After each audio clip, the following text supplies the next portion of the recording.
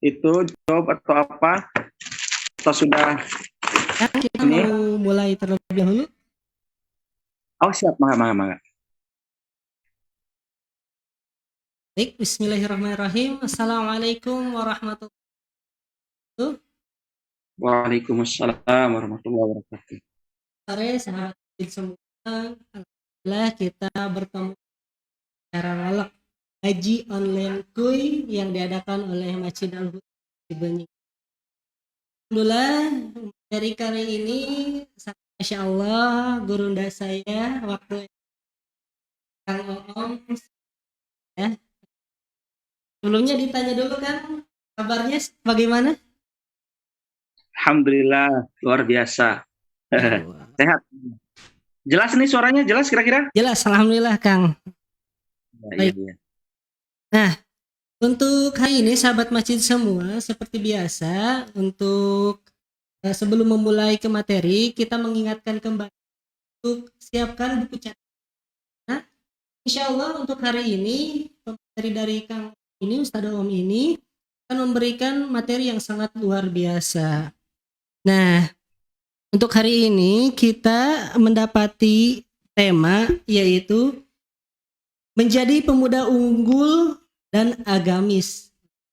Kalau sekali nanti dikasih tahu ya sahabat masjid semua oleh bagaimana sih menjadi pemuda yang agamis. Baik, dan vision itu mungkin waktu dan tempatnya saya.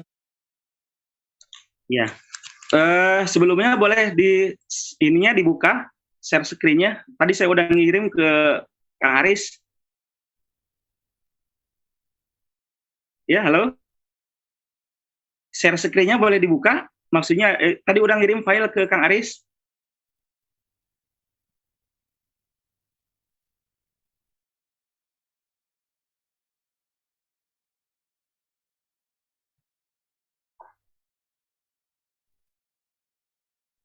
Ya, sambil ini ya, sambil panitia menyiapkan slide-nya, kita buka saja ya. Bismillahirrahmanirrahim. Boleh sambil dibuka atau ditunggu dulu? Ditunggu terlebih dahulu, Kang. Ada sedikit kendala, jadi mohon sebentar. Siap, mangga.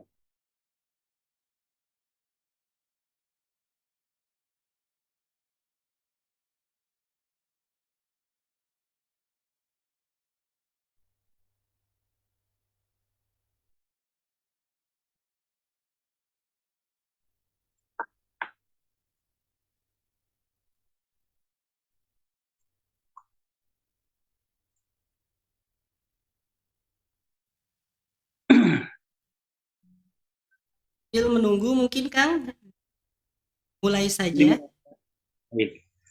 Bismillahirrahmanirrahim. Assalamualaikum warahmatullahi wabarakatuh.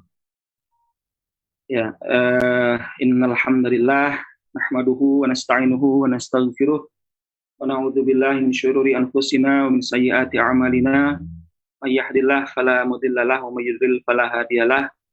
Asyhadu an la ilaha illallah wahdahu la syarikalah wa asyhadu anna Muhammadan abduhu wa rasuluhu alladzi la nabiyya ba'dah. Allahumma shalli ala sayyidina Muhammad wa ala ali sayyidina Muhammad, amma ba'd. Rekan-rekan sekalian, para pemirsa ataupun para jamaah Masjid Al-Huda, juga seluruh mustami, seluruh audiens yang menyimak baik secara langsung ataupun secara siaran tunda.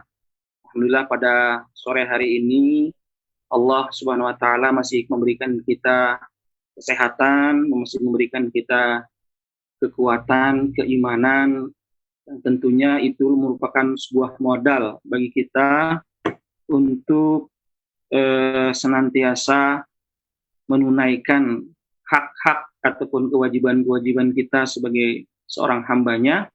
Dan dalam hal ini dalam situasi saum ya, tentunya mudah-mudahan segala bentuk amal kebaikan tersebut, segala bentuk amal yang kita lakukan tersebut senantiasa mendapat ridho dan diterima di sisi Allah SWT. Amin ya rabbal alamin. Salawat beserta salam tak lupa senantiasa semoga tercurah pada baginda kita uswah dan tauladan kita, qudwah kita Nabi Muhammad Shallallahu Alaihi Wasallam. Baik, apa ini saya menyebutnya ya? Para pemirsa atau apa? Masjid. Sahabat masjid, Yeah. sahabat masjid Al-Huda ya. Al-Huda kan ya, Yeah, nama Al-Huda. masjidnya. Ya baik sahabat-sahabat Masjid Al-Huda yang dirahmati Allah SWT. Boleh mundur dulu slide-nya ke halaman pertama. Ini ada yang menarik gambarnya. Nah, ya baik, tema untuk sore hari ini dalam acara ngolak ya. Subhanallah, namanya luar biasa ini, ngolak. Sesuatu yang mengingatkan kita kepada buka puasa. Mudah-mudahan senantiasa diberkahi ya bukanya nanti. Ya, tema kita tentang pemuda Islam. Kalau di sini saya membuat judulnya Pemuda Islam Meretas Kebangkitan, tapi kurang lebih intinya mungkin nanti sama ya, seperti itu. Baik, para sahabat-sahabat Masjid Al-Huda, jadi ini sebenarnya, sebelumnya izinkan saya menyapa dulu Kang Awit ya, saya menyebutnya Kang Awit saja, pakai akang ini. Karena temanya pemuda ya, jadi supaya ini saya tidak merasa tua gitu, kalau bilang akang, seolah-olah ini usianya tidak terlalu jauh berbeda seperti itu, sehingga saya ada tambahan spirit untuk masih merasa muda seperti itu. Ya mudah-mudahan semangatnya senantiasa muda seperti itu ya. Baik para sahabat Masjid Al-Huda yang dirahmati Allah, jadi temanya ini adalah pemuda Islam, suatu tema yang berat sebenarnya dengan kondisi saat ini, ya, yang mana kita ketahui kondisi muda-mudi kita saat ini di luar tentunya komunitas yang soleh, yang baik, seperti komunitas yang soleh, yang baik di para remaja Masjid Al-Huda itu sendiri ya, insya Allah. Meskipun juga mungkin masih banyak juga komunitas-komunitas soleh yang lain, tetapi kita tidak menutup mata bahwa kondisi para pemuda Islam saat ini dengan berbagai lika-liku kehidupan saat ini yang luar biasa ya, kita tidak bisa menutup mata bahwa banyak hal yang kemudian telah banyak menggeserkan visi misi seorang pemuda Islam dari yang seharusnya. Nah ini coba saya buat gambarnya, bukan buat ya, mungkin mengambil gambarnya dari internet. Ini gambarnya adalah seperti mungkin sudah banyak tahu ya, ini adalah tokoh pemuda juga. Yang sebelah kanan itu adalah Daud ya, Nabi Daud sebelum diangkat nabi, sebelum diangkat menjadi seorang raja, dia berperang melawan seorang raja yang juga barbar ketika itu ya. Kita mengenalnya kalau bahasa Latinnya itu atau bahasa Inggrisnya itu Goliath ya, Goliath atau Jalut, bahasa Al-Qur'annya Jalut seperti itu. Nah ini sedikit sebelum materi, mungkin ini sedikit disampaikan kisah tentang bagaimana seorang Daud atau David ini ya, dalam bahasa Inggris biasa disebut David versus Goliath gitu ya, atau Daud versus Jalut seperti itu. Bahwa ketika dahulu seorang raja ya di kalangan Bani Israel ya, yang bernama Talut, yang dipilih oleh Allah SWT, kemudian memimpin kaumnya yang ketika itu mereka protes kenapa kemudian dipilih seorang Talut yang secara harta benda ataupun kekayaan dia termasuk kategori orang-orang biasa, bukanlah seorang konglomerat, bukanlah seorang bangsawan, tetapi kemudian Allah nyatakan bahwa memang Daud ini Talut ini memiliki kelebihan keluasan ilmu dan strateginya yang luar biasa. Dan ini dibuktikan ketika kemudian mereka diperintahkan mengikuti sebuah pertempuran yang luar biasa. Kemudian Allah menguji bahwa mereka akan dihadapkan dengan pasukan yang luar biasa juga, yaitu pasukan Jalut ya, atau Goliath itu. Kemudian mereka, kata Allah, akan dihadapkan dengan sebuah sungai. Silakan bagi yang merasa haus boleh meminumnya, tetapi hanya seteguk atau seciduk tangan. Jadi bukan sebanyak-banyak yang dimau, tetapi hanya seciduk tangan. Maka ketika itu kemudian banyak dari mereka yang kemudian malah mengabaikan instruksi tersebut. Mereka karena saking hausnya mereka minum dengan sebanyak-banyaknya, sepuas-puasnya, sehingga apa yang terjadi, maka ketika mereka akan melanjutkan perjalanan, sebagian besar dari mereka yang melakukan minum sepuas-puasnya tersebut tidak lagi memiliki kesanggupan untuk melaksanakan pertempuran-pertempuran tersebut. Maka akhirnya mereka kemudian mengatakan sungguh tidak ada kekuasaan pada kami untuk melanjutkan perjalanan ataupun untuk melakukan pertempuran tersebut. Maka banyaklah tertinggal kemudian di antara mereka yang kemudian hanya segelintir orang saja yang melanjutkan pertarungan tersebut, dan salah satu di antaranya adalah Daud, ya, yang kemudian dengan izin Allah dia bisa mengalahkan Jalut ini. Ya, kalau di cerita-cerita versi Latin ya, atau di Bible seperti itu, Daud ini mengalahkan Jalut dengan ketepel, seperti itu. Walau seperti apa ya, yang sebenarnya terjadi, tetapi hikmah yang kita ingin ambil adalah bahwasanya satu hal yang Allah garis bawahi, bahwa akan ada suatu ujian dalam sebuah ujian dalam sebuah hal besar, gitu ya. Yang ini berlaku bukan hanya dalam kondisi perangan, tapi juga dalam kehidupan keseharian kita. Bahkan ya, contoh yang paling relevan saat ini adalah mungkin ketika kondisi berbuka puasa. Ya, ini dicoba dikait-kaitkan ya. Berarti ketika kita berbuka puasa, maka kita dianjurkan kan untuk berbuka itu oleh Rasul kan dengan 3 butir kurma dan air ya.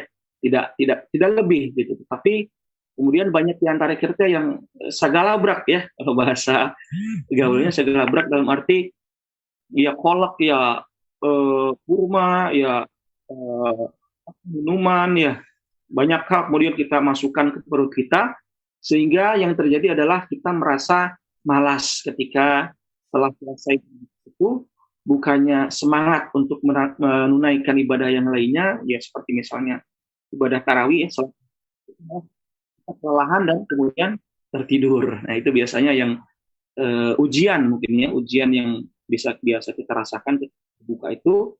Ini menjadi sebuah contoh positif dalam kehidupan, bahwasanya menahan nafsu itu memang luar biasa susah dan berat seperti itu. Tetapi kemudian hanya orang-orang yang diberikan oleh Allah, kemudian diberikan keimanan yang kuat, ya, ketaatan yang luar biasa, yang mampu menaklukkan itu semua. Baik, itu mungkin sebagai ilustrasi pengantar saja tentang gambar dari judul ya, tentang pemuda Islam. Kurang lebih arahnya ke sana, bahwasanya Daud dia sebagai seorang pemuda ketika itu, yang meskipun secara postur tubuh dia kecil, kemudian dengan pasukan yang juga hanya sedikit saja yang masih bertahan setelah menyeberang sungai yang dilarang untuk meminum air seenaknya itu, mampu mengalahkan pasukan Jalut ya, meskipun Jalut sendiri adalah seorang yang berbadan besar, yang kemudian mampu dikalahkan oleh Daud, dan akhirnya setelah itu Daud memimpin menjadi raja, melanjutkan pemerintahan Tolut itu sendiri. Itu mungkin sedikit hikmah dari judul barusan. Nah, kita masuk ke slide selanjutnya, mangga Kang Awid boleh. Nah, ini tentang Ashabul Kahfi ya. Nahnu naqus a'udzubillahi minasyaitonir rajim. Nahnu naqussu 'alaika naba'ahum bil haqq innahum fityatun amanu bi rabbihim wa zidnahum huda. Jadi berbicara tentang pemuda itu memang tidak akan pernah habis ya, tidak akan pernah habis sepanjang masa, sepanjang sejarah. Sama juga dengan kisah tentang sepenggal kata romantisme ya, cinta dan lain-lain, itu juga sesuatu yang senantiasa menjadi bahan yang renyah untuk dikaji, bahan yang renyah untuk dipelajari dan terus-menerus dijadikan bahan pembicaraan, bahan omongan, bahan pidato, ceramah dan sebagainya, termasuk pemuda. Nah, dalam Al-Quran pun sendiri juga sama, banyak tokoh muda yang kemudian kita mungkin paling fenomenal mengenal dengan Ashabul Kahfi ya, para pemuda yang berjumlah 7 orang, kemudian 8 dengan anjingnya ya, sebagian riwayat menyatakan seperti itu. Mereka adalah kaum muda yang kemudian mengasingkan diri di tengah situasi rajanya yang zalim ya, sampai kemudian mereka ditidurkan oleh Allah di dalam gua. Ketika kemudian mereka terbangun, mereka menyuruh salah seorang di antara mereka membelikan sesuatu makanan dengan uang yang ada di sakunya. Ternyata uangnya sudah ada, dan mereka baru sadar bahwa mereka sudah tertidur di sana selama berpuluh-puluh tahun ya. Itu diabadikan dalam surat Al-Kahfi ayat ke-13. Kami ceritakan kepadamu wahai Muhammad kisah mereka dengan sebenarnya. Sesungguhnya mereka adalah ashabul kahfi, adalah para pemuda yang beriman kepada Robnya, dan kami tambahkan mereka petunjuk atau hidayah. Ya. Kemudian lanjut boleh slide-nya di next. Ya, ini dalam sebuah hadis. Ya, ini seolah merupakan juga apa ya? Mungkin kalau kita membahasanya seperti curhat ya, curhat Rasulullah SAW bahwa saya wasiatkan para pemuda kepadamu dengan baik, sebab mereka berhati halus.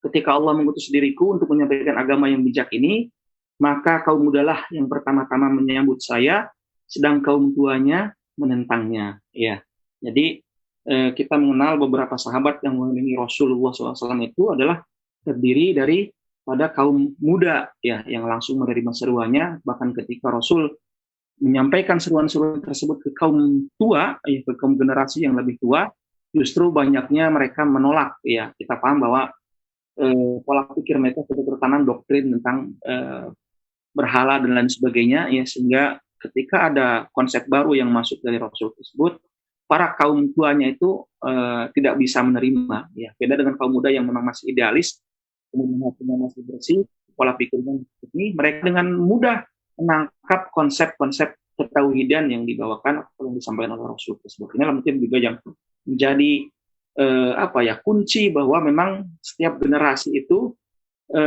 senantiasa dipelopori atau senantiasa bangkit di zamannya itu adalah dari para generasi muda. Ya, kita ingat apa yang dulu pernah diserukan oleh Soekarno juga. Ini yang sangat keren ya, mungkin banyak orang tahu. Berikan aku 10 pemuda, maka akan aku goncang dunia. Katanya seperti itu ya, kurang lebihnya seperti itu. Artinya apa? Artinya memang kaum pemuda inilah yang memiliki vitalitas yang luar biasa, yang mampu mendobrak segala bentuk kekakuan, segala bentuk kejumudan, ya, segala bentuk hal-hal yang sudah menggurat batu, katakan seperti itu, yang susah untuk dirubah di kaum tua, maka di kaum muda lah peluang diwujudkan. Selanjutnya mangga diklik next. Nah, ini kemudian ini juga kata Kiai Hasan ya. Hasan ini seorang tokoh revolusioner juga. Dia menyampaikan bahwa oleh karena itu sejak dulu hingga sekarang pemuda merupakan pilar kebangkitan. Dalam setiap kebangkitan, pemuda adalah rahasia kekuatannya. Dalam setiap fikroh, pemuda adalah pengibar panjikan bumi. Ya, ini sebuah ungkapan yang kita rasakan juga benar adanya. Ya, kita tahu kebangkitan Indonesia juga tak lepas dari para pelopor ya, generasi muda yang dahulu mencetuskan Sumpah Pemuda ya. Kita ingat di 28 Oktober yang senantiasa kita peringati itu kan, mereka lah yang kemudian menggerakkan seluruh elemen penduduk-penduduk yang terpisah oleh pulau-pulau itu ya untuk bersatu dengan generasi-generasi para pemudanya. Ya, mangga selanjutnya. Nah, ini kemudian adalah beberapa profil ya, profil muda yang dibina oleh Rasulullah SAW ya, yang gue bingit ya, ini bahasa gaul, gue bingit, gue banget ya. Ini ada Ali bin Abi Thalib ya, dibina sejak usia 8 tahun. Kita tahu ya, Ali bin Abi Thalib ini adalah yang paling fenomenal kisahnya ketika dia menolong Rasulullah SAW ketika hendak hijrah ya. Ali ini diperintahkan oleh Rasul untuk tidur di tempatnya ya, yang kemudian para kafir Quraisy itu menyerbu dan sudah menghunuskan pedang hendak membantai orang yang tidur di tempat Rasul. Ternyata dan di sana bukan Rasul tetapi seorang Ali, seorang remaja yang subhanallah memiliki keberanian luar biasa untuk bisa melakukan itu. Tentunya itu bukan semata-mata karena kepolosan seorang Ali, tetapi karena memang bimbingan seorang Rasul dan juga jiwa murni seorang Ali yang memiliki semangat luar biasa ya, yang kemudian mampu dan mau dia menggantikan Rasul dalam posisi di tempat tidur yang berbahaya ya, padahal kita tahu ujung pedang itu sudah mengancam ceklek-ceklekan kalau bahasa Sunda ya, mengancam leher Ali tersebut. Tetapi ya karena Ali yang berani itulah kemudian dia ya Rasul mampu membina Ali sehingga Ali mampu memiliki keinginan seperti itu.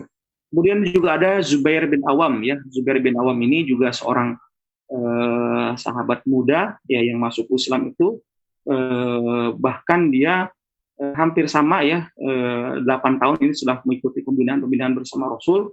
8 tahun itu kalau kita usia SD ya, usia SD kelas 2 gitu. Usia SD kelas 2 sudah tersentuh oleh dakwah Rasulullah SAW sehingga menghasilkan generasi yang luar biasa. Kalau kita usia SD kelas 2 ini mungkin sedang TikTokan ya, sedang TikTokan atau sedang YouTubean atau sedang main game seperti itu, tetapi Zubair bin Awam ini luar biasa sampai kemudian beliau ini yang fenomenal adalah ketika dia dipaksa untuk untuk kembali murtad ya terhadap Rasul itu sampai kemudian dia diasapi oleh kaumnya. Dia maksa, silakan kamu lontarkan kata-kata bahwa kamu sudah kembali ke agama yang sebelumnya, maka akan kami hentikan siksaan ini. Tapi apa yang dipilih oleh Zubair, dia tidak goyah dan kemudian tetap bersikukuh bahwa mengatakan Allahu Ahad dan Rasul sebagai Muhammad sebagai Rasulnya. Ya.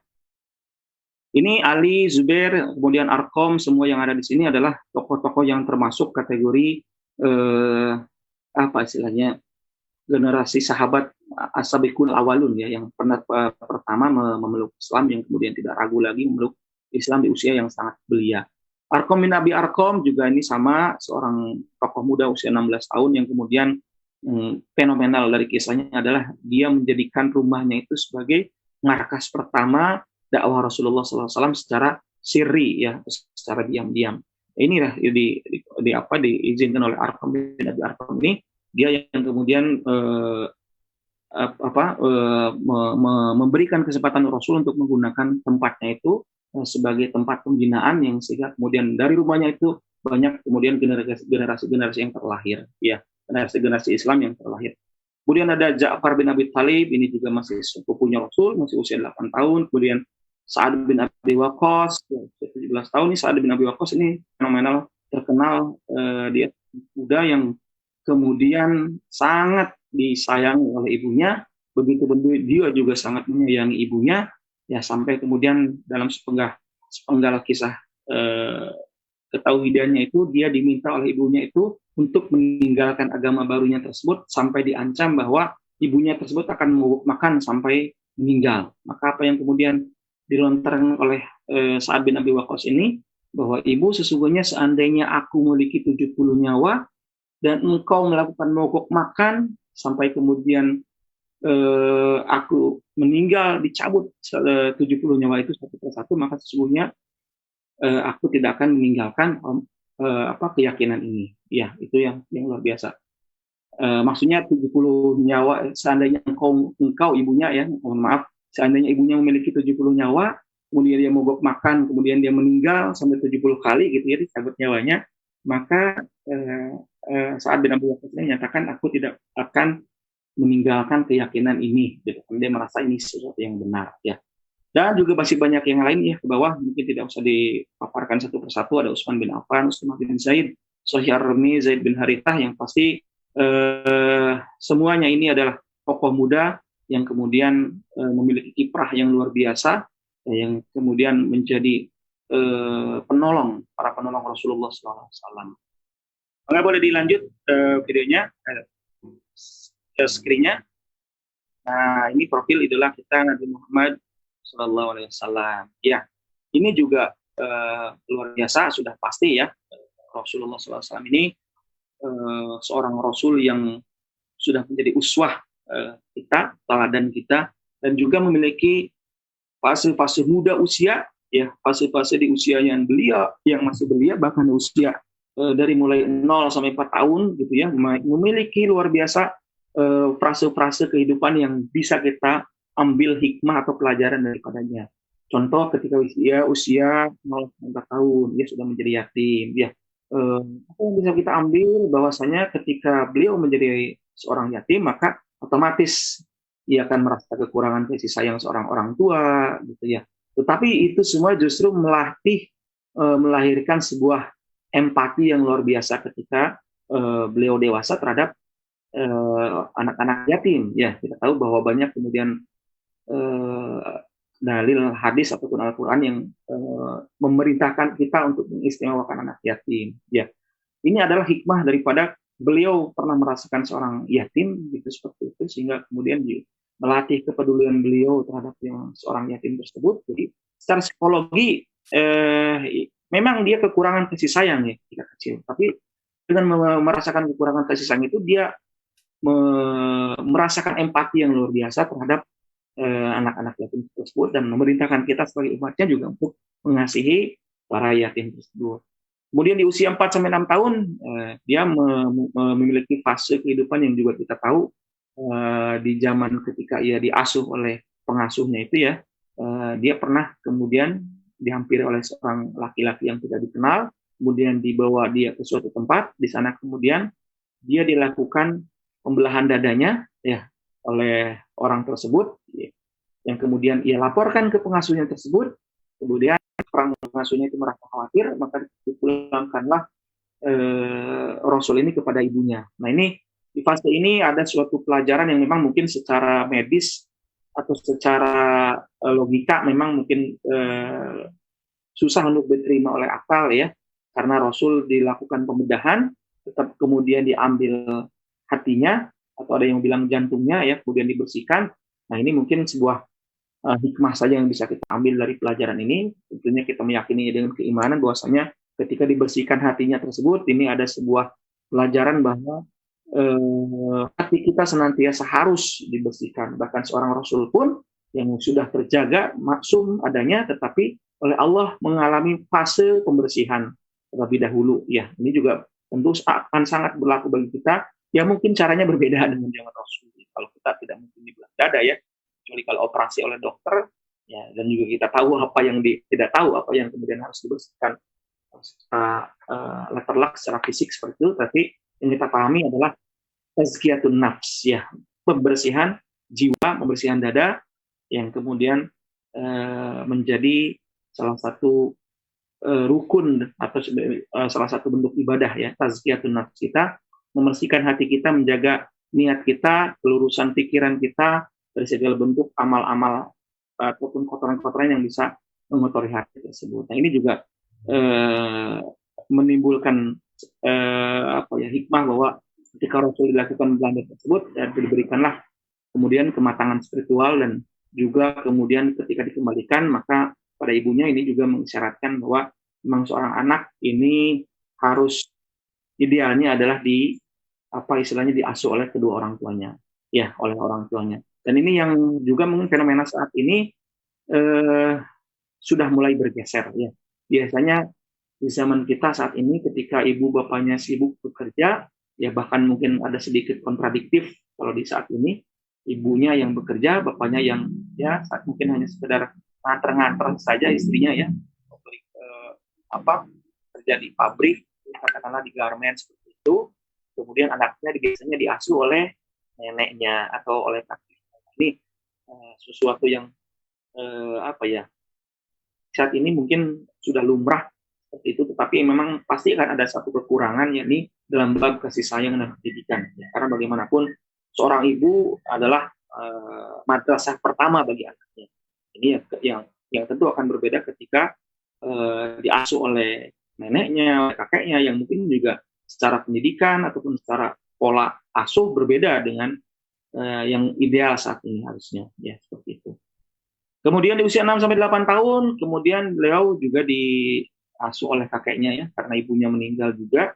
Setelah itu tidak lama kemudian dia diasuh oleh kakeknya Abdul Muthalib ya, yang kita tahu bahwa Abdul Muthalib ini seorang tokoh Quraisy ya, yang juga merupakan tokoh politik tentunya, dalam arti dia banyak memimpin rapat-rapat ataupun kabilah-kabilah di kaumnya tersebut. Dalam arti cara tidak langsung Rasul itu ikut dilibatkan ya dalam pembicaraan politik kakeknya, sehingga itu secara tidak sadar masuk ke dalam Rasul, menjadi pengalaman politik yang mungkin disebutnya ya tertanam secara alam bawah sadar Ya, ini juga kalau kita perhatikan banyak juga anak-anak seorang tokoh atau anak-anak seorang orang yang apa istilahnya yang menjadi leader gitu ya. Mereka mewarisi karakter kepemimpinan orang tuanya itu secara tidak langsung karena mereka ikut menyimak obrolan orang orang tuanya tersebut. Ketika rapat mereka ikut mendengarkan, meskipun secara tidak sadar gitu ya, itu ada pembelajaran yang masuk secara alam bawah sadar membentuk karakter daripada anak-anak tersebut. Iya. Ya kalau saya sih contohnya mungkin anak-anak saya sendiri ya, anak-anak saya sendiri itu agak kalau ketika disimak kalau ngobrol dengan temannya itu agak sedikit berbeda, obrolannya itu agak mungkin boleh dikatakan kalau anak-anak seusianya itu berbicara dunia hiburan atau ya dunia main di zamannya. Nah, berbeda sedikit dengan anak saya itu karena ya orang tuanya suka, ibunya juga kadang suka rapat, Zoom dan lain sebagainya gitu ya. Dia jadi agak lebih dewasa mungkin nanti seperti apa ya. Ya pola pikirnya agak lebih sedikit lebih maju lah daripada anak-anak seusianya. Ini yang saya rasakan sebenarnya. Kemudian usia 8 tahun bekerja menggembala kambing bersama pamannya. Nah, ini juga suatu yang apa ya, ada hikmah di balik proses penggembalaan ini, karena kalau kita coba buka atau kita kaji ya sirah-sirah nabawiyah itu, rata-rata para rasul itu sebagian besar, atau kalau tidak semua ya, sebagian besar itu adalah para penggembala ya. Ada penggembala kambing atau mungkin unta seperti itu, tapi mereka memiliki riwayat pernah menggembalakan kambing. Artinya apa? Mungkin secara teori leadership ini kalau dikait-kaitkan ya, jadi memang ada sejak usia kecil itu ketika mereka menggembalakan kambing, mereka secara tidak langsung sudah belajar kepemimpinan. Ya, meskipun mungkin sederhana, dia hanya mengatur kambing-kambingnya, penggembalaannya itu supaya tidak memakan katakanlah tanaman liar orang lain atau tanaman peliharaan orang lain, gitu ya. Tetapi itu memberikan bekas yang luar biasa kepada cara mereka memanage kaumnya. Ya, Nabi Musa pernah menggembala, ya, kemudian Nabi Muhammad juga pernah menggembala, dan Nabi yang lain-lainnya juga sama. Banyak kisahnya mereka menggembalakan kambing, dan itu seolah-olah menjadi pembelajaran pertama bagaimana mereka mengatur kelompok-kelompok ataupun orang di kemudian hari ketika mereka sudah dewasa dan menjadi seorang nabi. Ya, usia 12 tahun ini dia sudah belajar bisnis bersama pamannya. Ya, kita tahu dia sering dibawa untuk bepergian dalam perjalanan bisnis. Ya, kalau para saudagar kalau zaman dulu biasa disebutkannya itu ya para saudagar, mereka membawa berbagai macam barang, baik itu dari luar daerah ataupun dari daerah sendiri, dibarter dengan barang-barang dari daerah lain seperti itu. Ini juga mengisyaratkan sebuah skill atau keterampilan berbisnis yang diajarkan oleh pamannya tersebut kepada Rasul. Sehingga kita tahu bahwa ketika di usianya, ketika beliau menikah dengan Siti Khadijah, kenapa Siti Khadijah kemudian mau dan mempercayakan untuk seorang Muhammad ini menjadi orang yang mendagangkan dagangannya, karena memang ada sifat karakter melek bisnis yang sudah tertanam di diri Rasulullah SAW, yang bisa jadi itu terbentuk karena sejak usia 12 tahun dia sudah diajarkan berbisnis atau diajarkan berbisnis oleh pamannya tersebut. Ya, silakan dilanjutkan. Next. Nah, ini kemudian kita ada potret pemuda saat ini. Nah, ini yang kemudian tadi sempat di awal ya, sempat diulas bahwasanya ada sedikit berbeda dengan kondisi kita muda saat ini. Boleh di next dulu. Nah ini dalam surat Maryam ya, ayat ke-59. A'udzubillahi minasyaitonirrajim. Fa khalafa min ba'dihim khalqun adha'us salata as-salah wattaba'us syahawat fasawfa yalqawna ghayya. Maka kemudian datanglah setelah mereka generasi yang lemah, yang meninggalkan salat dan mengikuti syahwat, maka mereka akan menemukan jalan kesesatan. Ya, ini adalah sebuah kisi-kisi atau sebuah bocoran ya atau sebuah warning dari Allah Subhanahu wa taala bahwasanya ketika generasi mudanya atau generasi orang-orangnya yang kemudian sudah meninggalkan sholat, mengikuti syahwat, maka bisa dipastikan generasi setelahnya adalah generasi yang mengikuti jalan-jalan kesesatan. Ya, bahkan ada sebuah sebuah fragmen ya, sebuah cuplikan di zaman dahulu itu orang-orang musuh-musuh Islam itu ketika hendak menghancurkan Islam itu, maka apa yang mereka jadikan ciri atau jadikan tanda itu, coba perhatikan apa yang menjadi obrolan para pemuda Islam tersebut. Kalau obrolannya sudah berbicara tentang hal-hal yang duniawi sifatnya, tentang hura-hura, tentang poya-poya, mungkin kalau saat ini tentang film apa yang sedang rame, atau fashion apa yang sedang tren, gitu ya, atau YouTuber siapa yang sedang ngetop, atau selebritis siapa yang sedang tenar, dan sebagainya, yang ketika itu yang menjadi bahan-bahan perbincangan, maka sudah dipastikan bahwa generasi mudanya adalah generasi yang lemah. Gitu. Itu yang kemudian sangat kita khawatirkan, dan memang sepertinya kondisi saat itu sudah dan sedang terjadi saat ini di kita ya. Maka soalnya diklik, oke, next. Nah inilah kondisi pemuda saat ini ya, krisis identitas. Kita sudah tidak lagi mengenal jati diri seorang pemuda Muslim.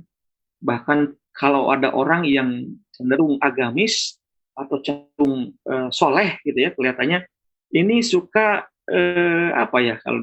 suka di lu mah muna gitu ya, atau lu mah so alim, lu mah so iye. Nah, inilah kemudian krisis identitas yang melanda kaum muda yang coba menerapkan nilai-nilai Islam itu. Mereka kadang menjadi galau ya, ini ketika menjadi soleh ini sebenarnya sesuatu yang baik atau tidak sih gitu. Kenapa kok ketika berusaha untuk menjadi soleh itu malah cenderung diolok-olok gitu ya, atau cenderung diasingkan, atau cenderung dianggap bukan komunitas yang baik. Nah ini juga yang kemudian harus kita luruskan kembali mental-mental atau prinsip-prinsip tentang jati diri seorang pemuda ini ya, khususnya para remaja Masjid Al-Huda ya, para sahabat Masjid Al-Huda ini yang kaum mudanya jangan malu menjadi seorang muslim ya. Memang kata Rasul bahwa Islam ini asing dan akan kembali asing ketika mendekati akhir zaman itu. Ini sudah terbukti ya, Islam itu asing dan akan kembali asing. Awalnya asing ya ketika Rasul bawa itu disampaikan kepada kaum kafir Quraisy dahulu, ini dianggap sesuatu yang asing. Dan di akhir zaman kelak ya mungkin saat ini kita juga akan merasa asing dengan Islam ini. Benar nggak sih kok Islam kayak gini? Islam dicap radikal, Islam dicap ketinggalan zaman, kudet, ya kemudian membatasi kreativitas wanita dan sebagainya. Inilah kemudian yang diterpakkan, yang ditiupkan oleh para musuh-musuh Islam. Bagaimana mereka menggebosi supaya para pemudanya itu tidak lagi bangga dengan keislaman mereka. Ya, kalaupun sebagai Islam ya cukuplah Islam yang biasa sajalah, gitu ya. Nggak usah terlalu sok, nggak usah terlalu ekstrim, muna dan sebagainya. Itulah yang kemudian biasa dihembuskan, ditiupkan oleh mereka yang memang sudah sangat hobi, sudah sangat benci dengan Islam. Ya, sehingga kemudian kesininya mengabaikan ibadah. Kita sudah sangat lihat ya, banyak kemudian masjid-masjid kosong, tetapi mal-mal juga tempat nongkrong anak muda penuh ya. Kalau di Al-Huda saya kira yakinlah para pemudanya luar biasa ya, karena aktivitas remaja muslimnya atau remaja masjidnya luar biasa ya. Bapak sering ngobrol dengan salah satu pengurusnya, Kang Aris juga, kemudian dan juga Kang Awit juga salah satunya ya. Mereka ya yang Bapak tahu sering mengabarkan sedang ada ini yang luar biasa ya di Al-Huda ini. Kemudian selain itu sudah sangat familiar ya, saat ini kita kalau nonton di YouTube suka ada apa istilahnya semacam pintasan gitu ya, yang tiktokan, yang apa itu rata-rata kaum muda ya, bukan kaum tua, Ataupun ada kaum tua juga yang mungkin agak sedikit budaken ya kalau bahasa gaulnya budaken, jadi masih merasa sangat muda, kemudian tiktokan serada kurang pantas gitu ya. Tapi ya itulah yang terjadi ya, kita ceweknya cantik, kemudian ininya ya apa goyang-goyang di depan kamera, ia tidak sadar bahwa lekuk tubuhnya, kemudian senyumannya, lirikan matanya itu diawasi, ditonton oleh ribuan mata yang bisa jadi kemudian menimbulkan maksiat bagi yang menonton tersebut. Sehingga ketika terjadi maksiat maka otomatis jariah negatifnya juga akan kembali kepada orang tersebut ya. Alhamdulillah. Nah, mudah-mudahan remaja Masjid Al-Huda khususnya, kalaupun TikTok apakah berarti nggak boleh? Selama digunakan untuk yang positif bagus ya. Banyak kemudian konten-konten TikTok yang Islami juga banyak ya. Bukan berarti kita harus anti dengan teknologi atau anti dengan sesuatu yang baru ya, yang sesuai dengan zamannya, tapi harus kita lakukan adalah bagaimana menggunakan media-media tersebut untuk hal-hal yang positif ya. Kalau orang lain TikTokan untuk juga tidak jelas, kenapa tidak kalau kita mah TikTokannya mengambil cuplikan-cuplikan ceramah ustadz-ustadz yang luar biasa gitu ya, yang hebat, yang memberikan semangat, motivasi. Kemudian juga TikTokan orang-orang yang menyampaikan nilai-nilai kebaikan secara umum general ya, tentang cinta lingkungan dan lain sebagainya. Itu sesuatu yang sebenarnya sangat boleh untuk dilakukan. Ya daripada TikTokan gak jelas yang kemudian mengumbar maksiat, kan lebih baik seperti itu. Ya, kemudian menyia-nyiakan waktu ini juga sudah jadi tren anak muda ya, bahkan apa itu ada di kelas ya, di kelas yang Bapak ajar itu ada yang membuat status WA-nya itu lupa cara tidur malam. Ya, sesuatu yang aneh ya. Statusnya itu seperti itu, lupa cara tidur malam. Bapak tanya ini, Bapak apa ya, renungkan ini kenapa gitu. Kemudian Bapak suka ngobrol-ngobrol dengan teman-temannya yang lain, ternyata memang rata-rata mereka itu tidurnya itu jam 3 pagi ya ke sini gitu ya. Udah otomatis kan kalau jam 3 pagi biasanya sholat subuhnya bisa dipastikan bablas ya. Gitu. Ketika ditanya kenapa emang tidak bisa tidur lebih awal? Tidak bisa Pak, udah polanya udah begitu, pola tidurnya ya yang luar biasa ya. Artinya apa? Artinya ya menyia-nyiakan waktu itu sudah pasti gitu ya, sudah bisa dipastikan seperti itu. Gitu. Meskipun ya kita juga mungkin harus tanya dulu dipakai untuk apa gitu, waktu ketika begadang itu untuk apa gitu. Tapi rata-rata ya jarang yang kemudian ditanya juga pakai apa waktunya ya main Pak, nggak jelas gitu ya. Mungkin genjreng-genjreng gitar di ronda gitu, atau nongkrong di warung gitu ya, nonton televisi, nonton film dan sebagainya. Itu yang pasti mungkin terjadi ya, karena nggak mungkin semalaman digunakan untuk berzikir berwirid. Itu agak untuk kaum muda seperti mereka ya agak apa ya, agak bukan tidak mungkin ya, tapi agak sesuatu yang pemuhalan kalau bahasa Sunda ya. Tapi mudah-mudahan sih Bapak yakin kalau di remaja, khususnya remaja Masjid Al-Huda mah insya Allah siar positifnya banyak lah, sehingga memang mungkin juga masukan para pemuda aktivis masjidnya dibanyakin program-program yang positif, yang bagus yang para pemuda-pemuda tersebut ya, bukan sekedar ngaji, juga diajarkan bisnis di masjid juga nggak masalah sebenarnya ya. Yang tidak boleh itu adalah berjualan dalam masjid, itu ya nggak boleh. Kalau belajar bisnis boleh ya, bisa disampaikan di masjid gitu. Yang tidak boleh itu berjualan, membayar hutang, itu yang Bapak tahu ya, kalau di masjid itu nggak boleh seperti itu. Jadi kalau untuk belajarnya sendiri nggak masalah menurut Bapak. Ya, kemudian kurang mandiri. Nah, ini juga sama, kurang mandiri ini penyakit ya. Kuman ya, kalau disingkatnya kurang mandiri ini mungkin ya, kuman ini istilahnya terdeteksi ketika sesuatu itu, kalau ada hal yang besar yang menyangkut urusannya, dia menyerahkan kepada orang tuanya. Gitu ya. Jadi itu yang salah satu, kalau kita ingin melihat seorang pemuda itu termasuk yang tipikal kuman, kurang mandiri, maka ketika ada sesuatu dia cenderung aduh udah nggak bisa, mamanya sedang ini, bapaknya sedang ini gitu. Nah, itu adalah ciri-ciri mungkin agak kuman ya, kurang mandiri atau anak mama bahasa lainnya. Ya, bukan tidak boleh ya, tapi selama kemudian bisa mandiri, kira lebih baik seperti itu. Artinya upayakan segala sesuatunya kita bisa menyelesaikan masalah-masalah kita dengan cara kita sendiri sebelum minta bantuan pada orang tua tentunya ya. Baik, boleh dilanjutkan? Oke, nah ini contoh identitasnya ya. Oh, ini mungkin satu-satu ya, ada efeknya ini. Satu-satu, boleh. Jadi itu ada yang barusan ya, klip yang barusan, itu contoh-contoh apa istilahnya, sesuatu yang negatif ya. Ini kalau di slide-nya yang kalau efeknya dihilangkan itu ada beberapa gambar.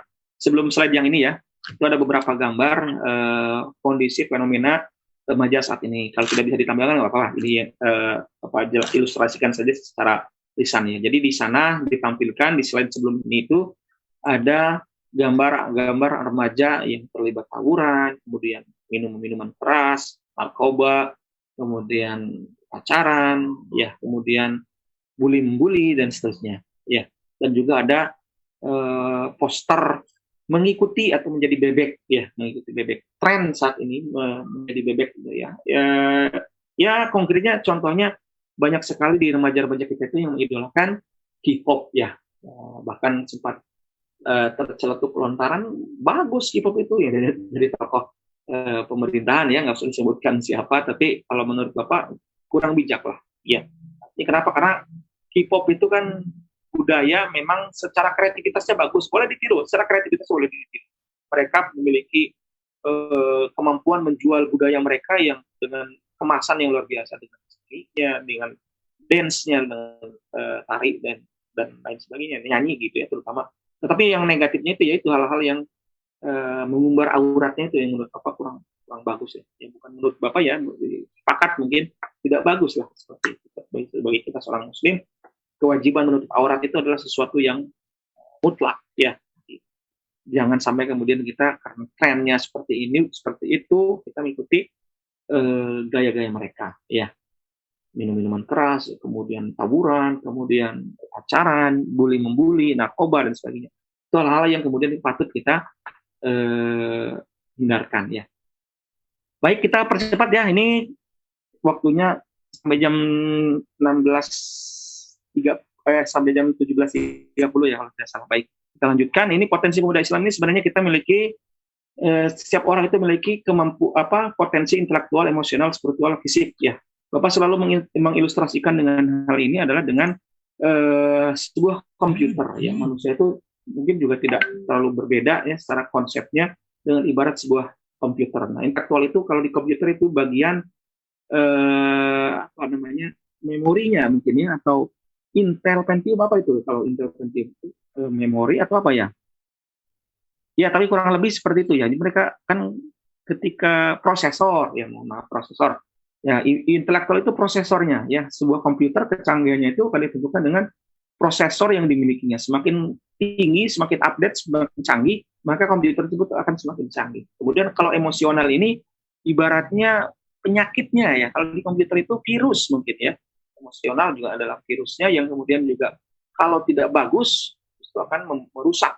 Kalau spiritual ini antivirusnya gitu ya kalau di komputer. Kalau di manusia, spiritualnya adalah ruhnya yang kemudian membuat istilahnya mampu menangkal virus-virus yang masuk ke dalam otaknya, yang masuk ke dalam pola pikirnya. Itu harusnya nilai spiritual tersebut. Kalau fisik ya hardware-nya ya, hardware-nya fisik seseorang, hardware komputer juga menentukan ya. Ketika RAM-nya besar, hard disknya besar, maka kapasitasnya juga besar. Manusia juga demikian. Ketika tubuhnya sehat, jiwanya juga akan cenderung kuat, ya. Meskipun tidak berbanding lurus, ya. Badan sehat, jiwa kuat. Tidak selalu seperti itu. Kenapa? Karena orang gila juga badannya banyak yang sehat, tapi otaknya error, ya.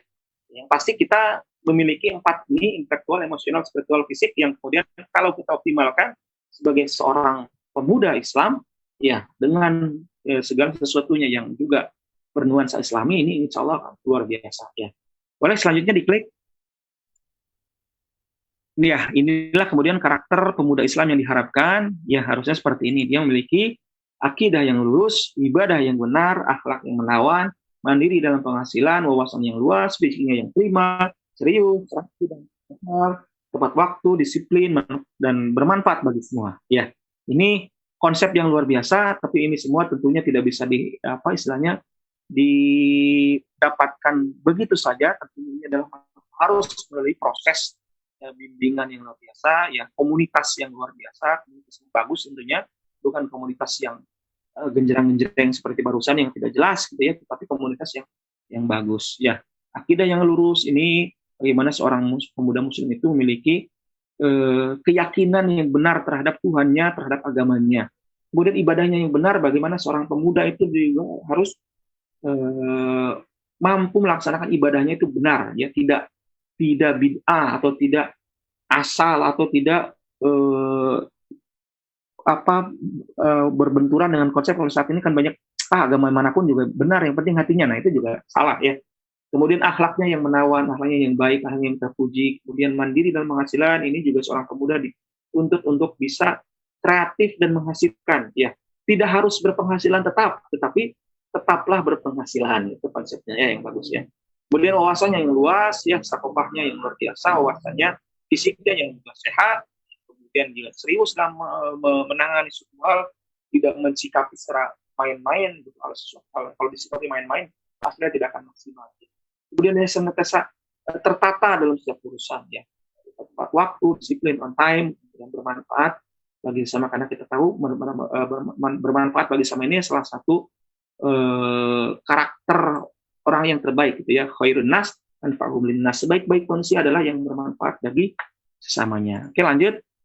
Ini ngebut ya ini. Mohon maaf nih, ternyata udah 5 menit lagi. Oke, di sini ada beberapa tips ya. Mungkin di sana ada sedikit yang sama, itu masih salah ternyata tadi editnya dadakan ya. Kang Aris menghubungi tadi baru sekitar jam 10-an. Pak ngisi ya. Nah, ini menyiapkannya jadi banyak hal ini agak kekeliruan. Menimba ilmu ya, di sana sebenarnya yang kedua itu setelah sekolah yang rajin adalah YouTube dan Google yang dicantumkan. Maksudnya apa? Maksudnya adalah kita bisa memanfaatkan sebagai sumber ilmu itu dari YouTube ataupun dari Google ya. Kita sudah tahu bahwa YouTube ini berdiri dari banyak hal, yang positif, yang negatif juga banyak, yang positifnya juga luar biasa ya. Tentunya kita saring, kita pilih yang bermanfaat. Itu segala ada ya, dari berbagai macam tips, trik kehidupan kita dapatkan gitu. Ya, Google juga sama, ini adalah mbahnya pengetahuan ini kalau saat ini juga suatu hal yang kemudian harusnya kita manfaatkan dengan benar.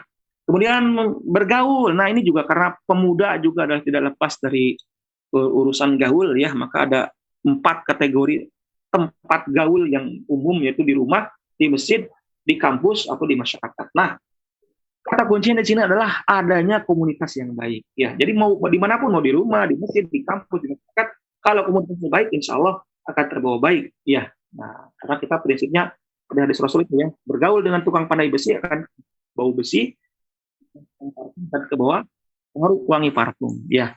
Kemudian meningkatkan skill keterampilan, nah ini juga perlu diolah terus, leadership, kemampuan kepemimpinan, manajemen, kemampuan manage, kemudian professional skill, ini keterampilan profesional yang kita penuhi. Kemudian yang terakhir, mendalami Islam ini bisa dilakukan dengan 3 aktivitas: membaca Al-Quran, buku, mengikuti kajian secara rutin. Ya, ini untuk bisa kita mendalami Islam sebagai agama kita sendiri, karena Bapak yakin kalau semakin jauh seseorang dari sumber Islam itu sendiri, maka cenderung hidupnya juga semakin tidak terarah ya.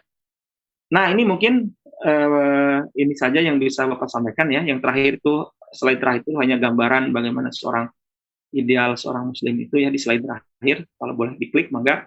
Cuma kata kuncinya memang di sini ya, di slide sebelumnya ini, di kata kuncinya. Mohon balik lagi. Nah, ini kata kuncinya sebenarnya di sini ya. Kita untuk menjadi pemuda sukses, pemuda yang sesuai judul ya, yang bangkit atau meretas kebangkitan ini. Ya, ini saya kira untuk kata kuncinya ilmu, kita dituntut tingkatkan kemampuan, dan bergaul juga kita harus memilih tempat gaul yang bagus, komunitas yang bagus, dan terakhir ini senantiasa mendalami, mempelajari agama Islam sebagai agama yang kita anut itu, sehingga kita tidak kehilangan identitas sebagai seorang pemuda muslim sendiri. Itu saja mungkin yang bisa disampaikan. Ini pas ya 17.29 di sini. Mohon maaf ini kalau sudah ngomong kasihkan ya. Baik, itu saja dicukupkan. Terima kasih. Assalamualaikum warahmatullahi wabarakatuh. Enggak ke Pak Moderator, Kang Awin.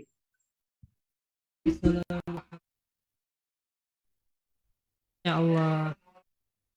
Alhamdulillah Ustaz Om tidak terasa Ya, sambil mendengarkan sudah hampir 1 jam. Ya, iya, sebelumnya kita iya. sapa kembali untuk Nah, tadi sangat luar biasa apa yang ada Om, bahwasanya untuk menjadi seorang yang unggul dan juga agamis itu kuncinya saya tangkap ada 4 ya. Yang pertama menimba ilmu, kemudian meningkatkan keterampilan, bergaul dan juga mendalami Islam ya. Paling penting mungkin bergaul ya Ustaz ya, karena lingkungan itu menjadi yang sangat mempengaruhi mungkin ya Ustaz ya, untuk menjadi Iya, apa ya, lebih produktif. iya. Iya, itu ada kata kuncinya ya, bergaulnya itu di komunitas yang baik gitu. Tadi Ya, belum sempat ditambahkan. wah. Baik, Ustaz Om, terima kasih untuk hari ini. Insya Allah Iya, sangat luar ya. biasa untuk materi yang disampaikan. Semoga Allah membalas kebaikan Ustadz dan juga memberikan kesehatan bagi Ustadz Om dan juga keluarga. Amin, amin ya robbal alamin. Tidak ada tanya jawab ya. Ya, Sudah apa? mepet. Siap, Bos. Baik, Izin pamit kalau begitu ya. ya terima kasih Ustadz Om sebelumnya. Salam Assalamualaikum. untuk keluarga. Baik, alhamdulillah untuk sahabat musik sore kali ini diisi dengan sesuatu yang sangat biasa. Semoga catat apa namanya ini materi dari Ustadz Om bagaimana caranya menjadi pemuda yang unggul dan juga agamis. Nah, insya Allah juga nanti besok kita akan hadir kembali di acara ngalap di jam yang sama. Semoga untuk sahabat masjid bisa tetap hadir bersama kita dan juga tetap dapat apa ya namanya mengisi hari-harinya dengan menambah pengetahuan dan juga baik. Terima kasih untuk sore kali ini sahabat masjid semuanya yang sudah menonton. Kami tutup. Wassalamualaikum warahmatullahi wabarakatuh.